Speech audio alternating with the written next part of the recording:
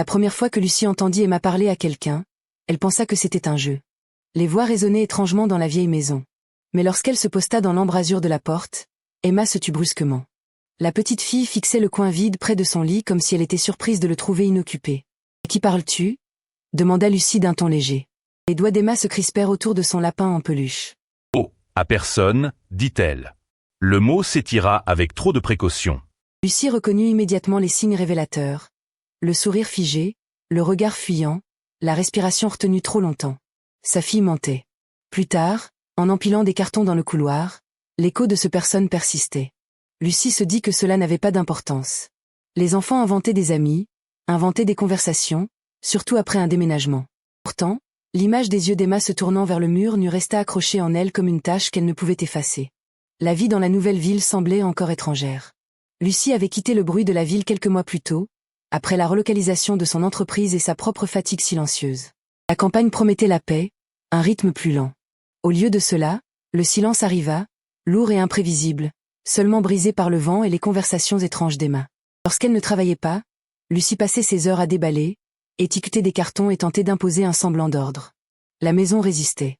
Les étagères anciennes penchaient, les portes gonflaient avec l'humidité, et les ombres persistaient là où la lumière aurait dû régner. Le bourdonnement de la ville lui manquait, là où chaque bruit étrange avait une origine vivante. La maison elle-même n'aidait pas. Elle était debout depuis presque un siècle, tout en briques et en bois, une ancienne ferme à la lisière du village. Lucie n'avait jamais vécu ailleurs que dans un appartement moderne. La première nuit, chaque craquement du bois ressemblait à un pas. Le vent pressait contre les fenêtres avec un gémissement grave et insistant. Les tuyaux résonnaient dans les murs lorsque la chaudière se mettait en marche. Les planches du sol soupiraient sous leur propre poids, le bois se déformant avec la chute des températures.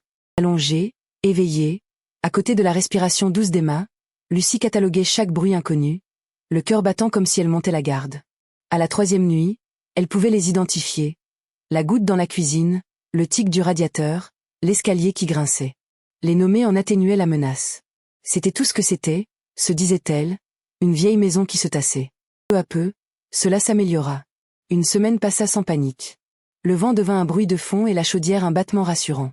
Lucie se réveillait encore parfois, mais se rendormait en se disant qu'elle apprenait le langage de la maison, chaque craquement étant une syllabe qu'elle pouvait traduire.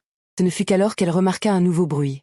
Une nuit, après qu'Emma se fût endormie, Lucie s'assoupissait presque lorsqu'elle l'entendit. Sous le bourdonnement familier se glissait un son différent. 3 légers coups dans le mur à côté du lit. Une pause, puis 2 autres, espacés régulièrement. Elle se leva aussitôt pour vérifier, immobile, retenant son souffle. Le bruit ne se répéta pas. Emma dormait profondément, recroquevillée autour de son lapin, inconsciente. Lucie se dit que ce devait être un tuyau qui refroidissait, une branche contre les briques, quelque chose d'ordinaire. Pourtant, le rythme semblait différent des craquements informes auxquels elle s'était habituée. Au cours des nuits suivantes, cela revint, toujours au même endroit du mur. Toujours en petits groupes, jamais un grattement, jamais une course, mais des coups sourds et étouffés, comme venant de l'intérieur du plâtre. Ce n'étaient plus les histoires d'Emma qui troublaient Lucie, ni son personne. C'était ce bruit délibéré, inexplicable. Les coups devinrent une partie de ces nuits. Certains soirs, ils étaient à peine audibles. D'autres fois, ils semblaient répondre au mouvement de la maison, survenant après un craquement, comme un écho. Lucie se mit à noter les heures sur son téléphone, presque sans y penser. À la fin de la semaine, une liste s'était formée, 22h13, 1h47, 23h02. Aucun schéma apparent, mais elle en cherchait un malgré elle. Les schémas signifiaient des causes. Les causes signifiaient des réparations, des listes, des factures, des choses qu'elle savait gérer, en tant que mère célibataire dans un endroit inconnu. Plus tard dans la semaine, Lucie rendit visite à la voisine, Madame Wenham, dont la maison se trouvait juste au-delà de la clôture de pierre. Autour d'un thé, Lucie mentionna les bruits, s'attendant à de la sympathie ou des explications. La vieille femme resta immobile, les yeux adoucis. « Oh, cette maison a beaucoup d'histoire. Qui peut savoir, après si longtemps ?» dit-elle finalement. « Ce doit être un courant d'air. » Cette nuit-là, la pluie sifflait contre les fenêtres. Les coups revinrent, plus doux, presque hésitants. Lucie se redressa, le pouls accéléré. Elle éteignit la lampe pour écouter. Le motif semblait volontaire. 3 coups légers, une pause, puis un dernier. Emma, plongée dans ses rêves, ria doucement dans son sommeil. Le lendemain matin, la fatigue marquait le visage de Lucie. Elle se leva tôt, se fit du café et fixa le mur qui séparait la chambre d'Emma de la chambre d'Amy. Selon le plan de la maison, les pièces auraient dû être de taille égale, mais elle ne pouvait pas l'être si ses coups étaient réels. Les jours passèrent, rythmés par de petits dysfonctionnements domestiques.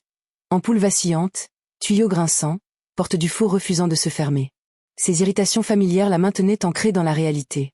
Parfois, le mur restait silencieux, et Lucie oubliait presque. Puis les coups faibles et irréguliers reprenaient derrière le plâtre. Un collègue lui suggéra de redécorer la chambre. Une nouvelle peinture changera l'ambiance, dit-il. Et lorsqu'elle passa la première couche un week-end, la peinture fut absorbée de manière étrange, s'assombrissant de façon inégale, comme si quelque chose de poreux se cachait en dessous. Lorsqu'elle appuya trop fort avec le pinceau, une fine fissure parcourut la surface.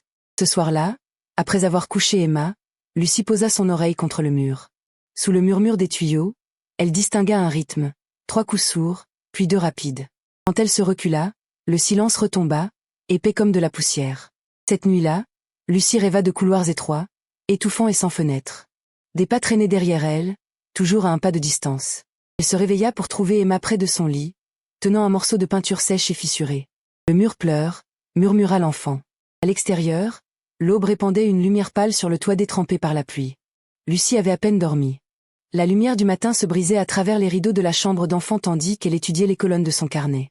Le motif semblait délibéré, presque conversationnel, mais suffisamment irrégulier pour défier la logique. Lucie se disait que cela pouvait être un oiseau nichant sous les combles ou des rongeurs. Les explications s'effritaient chaque fois qu'elle les examinait. Le matin, elle traîna l'escabeau depuis le débarras pour inspecter la grille d'aération au-dessus du lit d'Emma.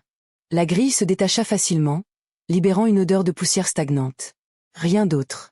Derrière, il n'y avait que des blocs de briques là où une ancienne conduite avait été condamnée depuis longtemps.